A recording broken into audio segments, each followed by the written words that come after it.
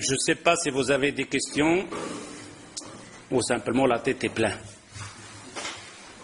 Alors on reviendrait la prochaine fois. Alors, si vous avez des questions, je vous écoute. Sur le sujet ou en dehors du sujet.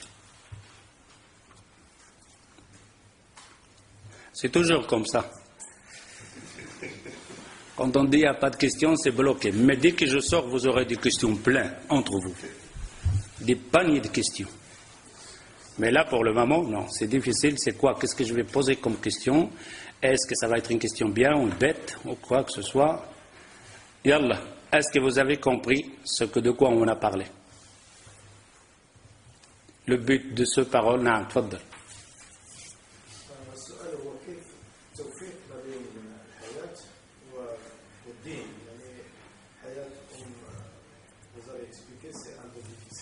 Mais on doit en parallèle adorer le Dieu.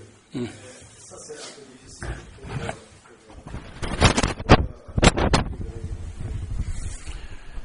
Alors la question est celle-ci. Dans mon rappel, j'ai parlé donc de bien transmettre que le but de cette vie-là, là on est là, c'est simplement un seul but, c'est d'adorer Allah Azza wa Jal. Et j'ai fini à la fin pour dire de se vider de ce bas monde. De se vider de ce bas monde. Et la question, elle est bien placée. À ce moment-là, est-ce qu'on peut comprendre comment se vider de ce bas monde? Qu'est-ce que ça veut dire de se vider? Quand on dit se vider, ça veut dire on est plein. On est plein de ce bas monde. C'est bien, j'ai dit, laissez une place à cette religion. Laissez une place pour au-delà. Une grande place. Et l'autre place pour ce bas monde, même la petite place de ce bas monde a un rapport avec au-delà. C'est pour ça qu'on dit se vider complètement.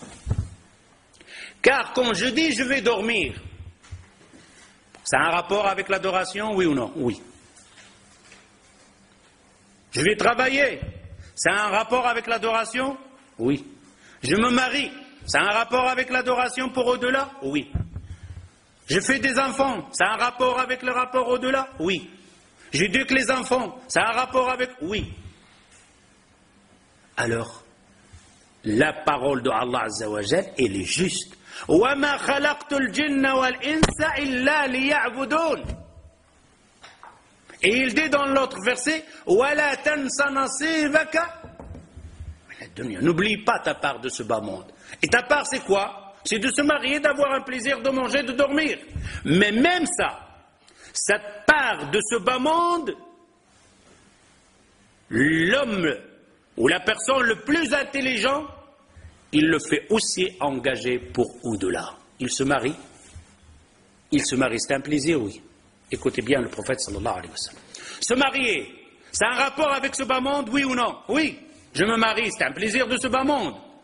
Le prophète sallallahu alayhi wa sallam, il dit que celui qui se marie, il a attrapé la moitié de sa religion qui craint Allah dans l'autre moitié. Je me marie au prophète, c'est j'ai acquis la moitié de ma religion dans mon adoration. Eh oui. Mieux encore, في بضع أحدكم صدقة.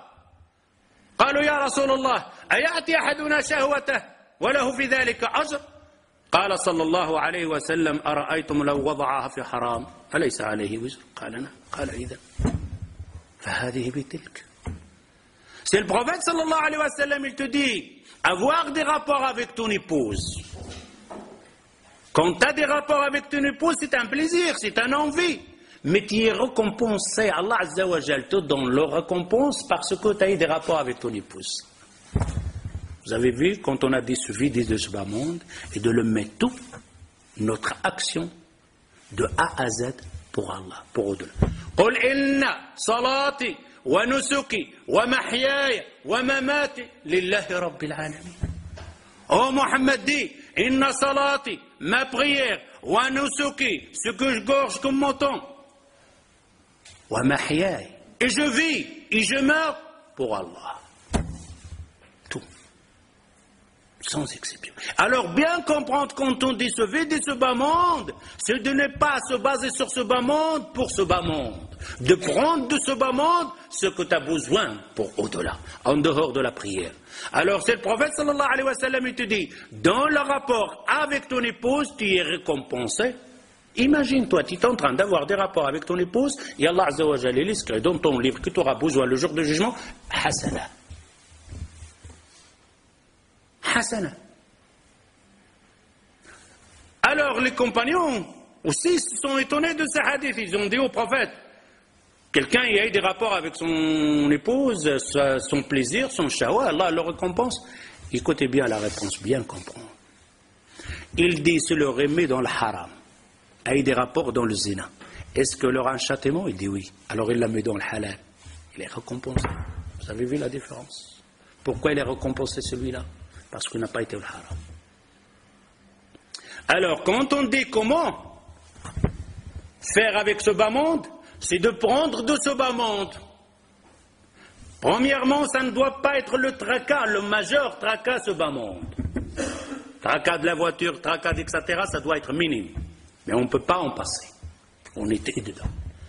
Et alors, d'être plus fort, donc ce qu'on a pris de ce bas monde, d'avoir une intention de le faire pour l'Illah. Dormir, l'Illah. Tu peux gagner d'endormir, tu peux gagner des hasanats. Tu peux ne rien gagner. Tu peux gagner des péchés en plein dormir. 3 stades pour dormir, je peux avoir des hasanats. Je peux ne pas avoir rien, 0, nul. Je peux avoir des péchés. Quelqu'un, il est fatigué, il va dormir. Je vais dormir. Pourquoi? Je suis fatigué. Il dort. Voilà, c'est rien, il dort. L'autre, il va dormir plus tôt. Pourquoi tu vas aller dormir plus tôt? Je vais dormir comme ça quand je me lève pour faire qiyam layl, je serai en forme. Il dort en quoi? Il dort en pleine adoration. L'attention. Ce sommeil-là, il l'a fait pour une cause, pour l'adoration. Alors lui, il dort, il est en train de se récompenser. L'autre, il va dormir tôt. Pourquoi tu dors tôt? Je vais me lever pour attaquer un magasin. Khalas, tu dors dans le péché. Et rien qu'un sommeil. L'autre, il la met dans l'adoration. L'autre, il la met dans le péché. L'autre, il la fait dans le rien. C'est pour ça, il y a un élève, il dit à son cheikh, il y a comment on appelle ça, le janaza. Une funéraille qui passe, et l'autre élève, il dit à cheikh, hey, on suit le janaza, on suit le funéraille. Et le cheikh, il se lève pour suivre. Tout d'un coup, il dit, non, assois-toi. L'élève, il s'assoit, le cheikh. Il dit, maintenant, on va suivre le janaza. Il suit le janaza. Après, il dit, cheikh, je te dis, viens, on va suivre les funérailles. Tu te lèves et après, il dit, j'avais pas l'attention, c'était rythmique, automatique. Je veux gagner des hasanats. Je m'assois, je dis, oh Allah, je vais le faire pour ta cause. Il se lève. Rien de se présenter l'attention. Lui, il la lave. Nous autres, notre adoration, maintenant, on le fait comment? C'est pire. Le cheikh là, il va nous dire, assois pendant 10 mois, nous autres. Pas pendant 1 minute, pour présenter pendant 10 mois. On fait le contraire, tout. La personne, il rentre pour faire rien, pour laver les mains, il fait l'ablution. Complètement. Pourquoi? On dit simplement l'attention doit être présente. Alors, la réponse, mon frère, ce bas monde, l'équivalent, c'est de prendre ce bas monde. C'est de prendre ce bas monde. Mais le faire pour au-delà. Et si on n'y arrive pas, et bien sûr et certain que ce bas monde, il est dangereux, il doit être qu'au moins dans tes mains, qu'il ne soit pas dans ton cœur. T'as une belle voiture? Pas de problème. T'as une belle maison? Pas de problème. T'as des belles vêtements? Pas de problème. T'es riche? Pas de problème. Mais cette richesse et cette belle voiture et cette maison, ils doivent être où? Dans le cœur ou dans la main? Dans la main. Et comment savoir elle est dans la main ou dans le cœur? Ils te disent, l'ulama, c'est rien. Tu peux le savoir directement. C'est 1 million d'euros. Tu dois l'avoir dans ta main, pas dans ton cœur. Et comment le savoir? Il te dit, si jamais ce 1 million d'euros, il s'est rajouté quelque chose, tu ne seras pas content. Tu ne vas pas rigoler ou être content. Rien, normal, tu restes normal. C'est rajouter quelque chose, normal. Il n'a rien changé, cette personne, en lui-même. Quelque chose qui est perdu de ce million-là n'a rien changé, il est resté normal. Il est dans la main. C'est jamais il est dans le cœur. S'il s'est rajouté quelque chose, ce jour-là, tes oreilles bougent comme ça. S'il diminue quelque chose, tu es comme ça. Là, dans le cœur, c'est dangereux. Change. Mets-la dans ta main. Ta belle voiture, mets-la dans ta main. Et comment savoir? Rien. Il lui a fait une belle peinture, l'autre peinture, des vieux pneus, ça change rien. Comme hier, il avait des vieux pneus, maintenant il a des beurs, maintenant il a, je ne sais pas, des phares spéciales, rien, ça change rien. Je reste normal. Ta voiture, la belle voiture, un accident, le pare-choc, il est parti. Ça va pas, tu l'as dans le cœur, sors-la de là. Non. تفضل. كيف نحصل على العلم الشرعي؟ لأن كيف يعني نعلم أن الآن تكاثر المذاهب يعني والجماعات بهذا الحد، يعني نحن في بداية في طلب العلم، يعني كيف نعرف المنهج الصحيح؟ جزاك الله خيرا. وأنتم من أهل الجزاء.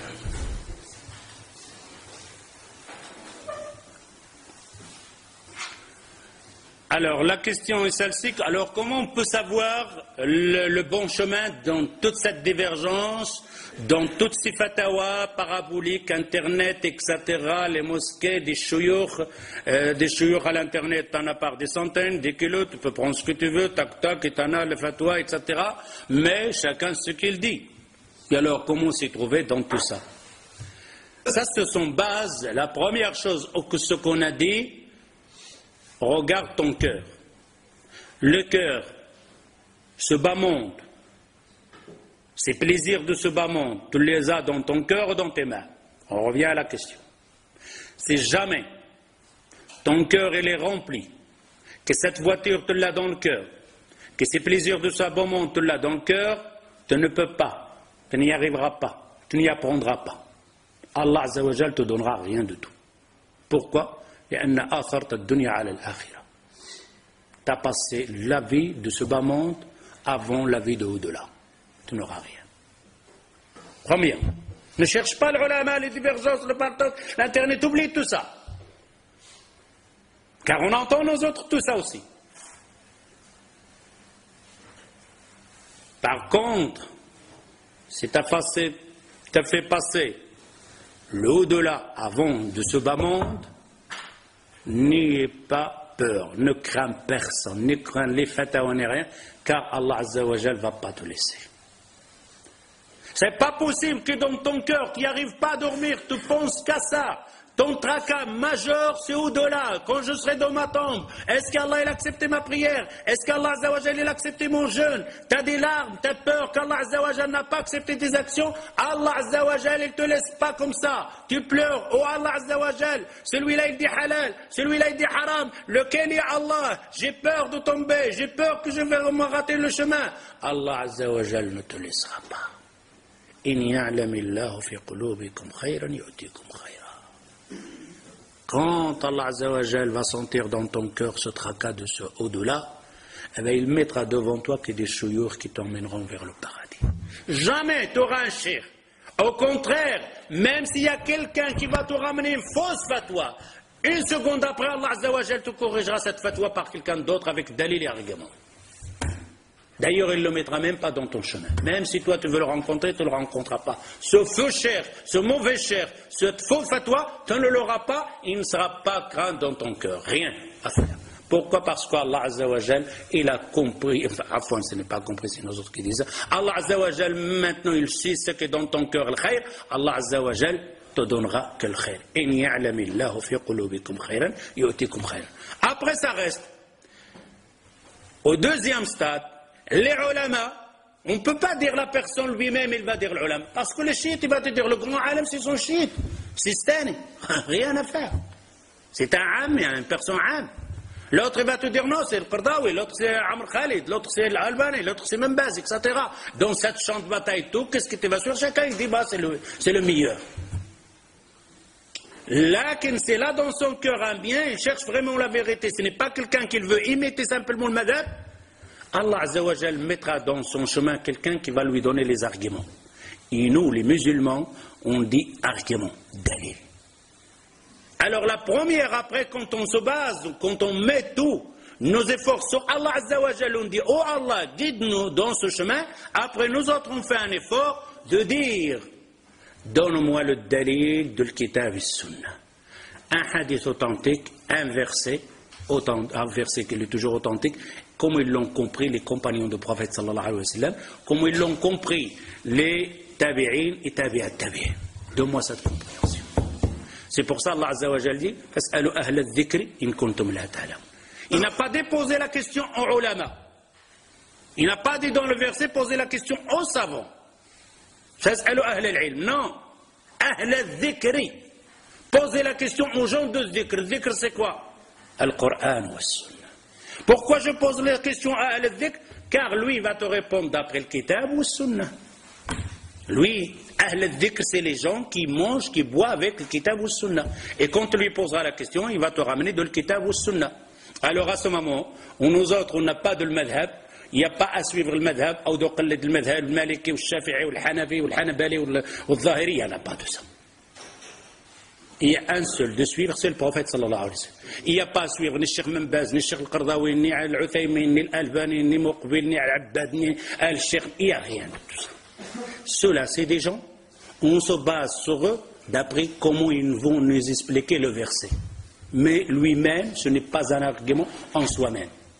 Alors, quand tu vois la personne te dire, Cheikh, il a dit stop, celui-là, il n'est pas bien. Car le Cheikh, ce n'est pas un argument. Et alors, le malheur qu'on a, c'est quand on suit les chouyours. Qu'on dit, notre Cheikh, c'est mon Cheikh, c'est celui-là. Il ne se trompe pas, il a. Non, le Cheikh, j'ai rien à voir. Cheikh Al-Albani, j'ai rien à voir avec. Cheikh Al-Uthaymin, j'ai rien à voir avec. Je me base sur l'Uthaymin, sur Membaz, d'après leur explication, car je ne suis pas un savant. Oh, ils sont des savants. Oh, ils nous expliquent. Eux, ils comprennent cette chose-là. Mais quand je vais le prendre, pas parce que l'Albani l'a dit, non, parce que l'explication de l'Albani, elle était, pour moi, plus forte que celle de l'Uthaymin.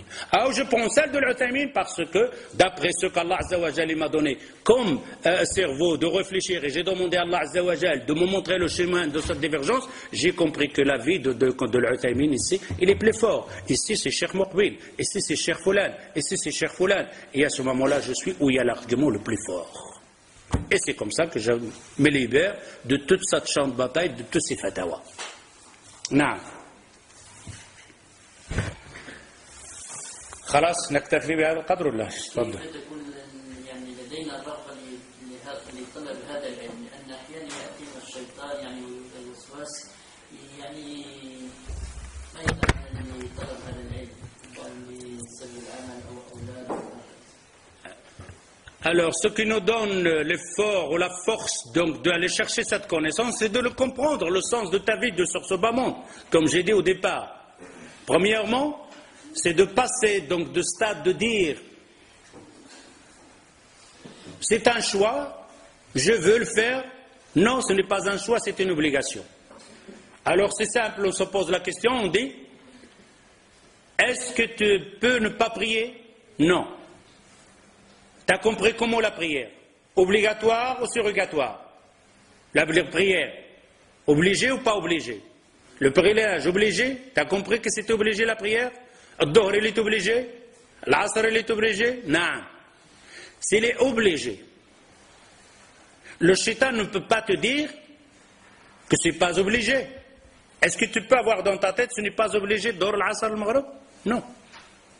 Alors après de cette question que la prière elle est obligatoire, il vient la deuxième question. Est-ce que d'apprendre la prière du prophète elle est obligatoire? Deux questions. La prière, elle est obligatoire, je l'ai dans la tête. Le djinn et le shaitan ne peuvent pas me dire va dormir, ne prie pas dehors. Il ne peut pas. Il me dit prie dehors. Obligé. Il ne peut pas faire autrement. Et après, je colle avec cette prière qui est dehors, elle est obligatoire. Est-ce qu'elle est obligatoire de l'apprendre et de la prier comme le prophète sallallahu alayhi wa sallam? Ça devient obligatoire. Alors maintenant, j'ai deux choses. La prière, elle est obligatoire. D'apprendre la prière du prophète sallallahu alayhi wa sallam, elle est obligatoire. Je suis obligé à ce moment-là de voyager pour aller chercher cette prière du prophète sallallahu alayhi wa sallam. Par contre, si je fais dans la tête la prière, elle est obligatoire. Et Allah l'acceptera même si je le fais n'importe comment, tu es foutu. Tu ne vas pas t'asseoir pour apprendre cette religion. Alors bien voir que cette religion que tu pratiques, ce qui est obligatoire, il est obligatoire de le faire comme le prophète sallallahu alayhi wa sallam nous a